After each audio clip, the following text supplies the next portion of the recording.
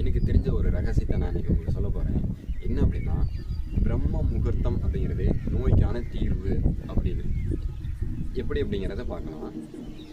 பிரம்ம முகூர்த்தம் அப்படின்னா, பிரம்மம் அப்படின்னாவே ஞானம், அதாவது ஞானத்தை பெறக்கூடிய காலம். அந்த காலத்தில் என்னென்ன செய்யணும்? அந்த நேரத்தில் தான் நம்ம இறை வழிபாடு செய்கிறது, படிக்கிறது, யோகா, தியானம், இந்த மாதிரி செயல்கள் எல்லாம் அந்த பிரம்ம முகூர்த்தத்தில் செய்கிறது சிறப்பு அப்படின்னு சொல்கிறாங்க. இந்த பிரம்ம முகூர்த்தம் அப்படிங்கிறது எப்போ அப்படின்னா, இந்த பிரம்ம முகூர்த்தம் அப்படிங்கிறது சூரிய உதயமாவரத்தில் இருந்து 3 மணி நேரம் முன்னாடி அப்படிங்கிறத சொல்கிறாங்க.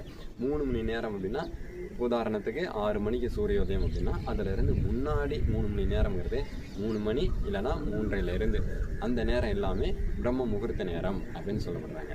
அந்த நேரத்தில் இறை வழிபாடு போன்ற செயல்களை நம்ம செய்கிறது சிறப்பு. இது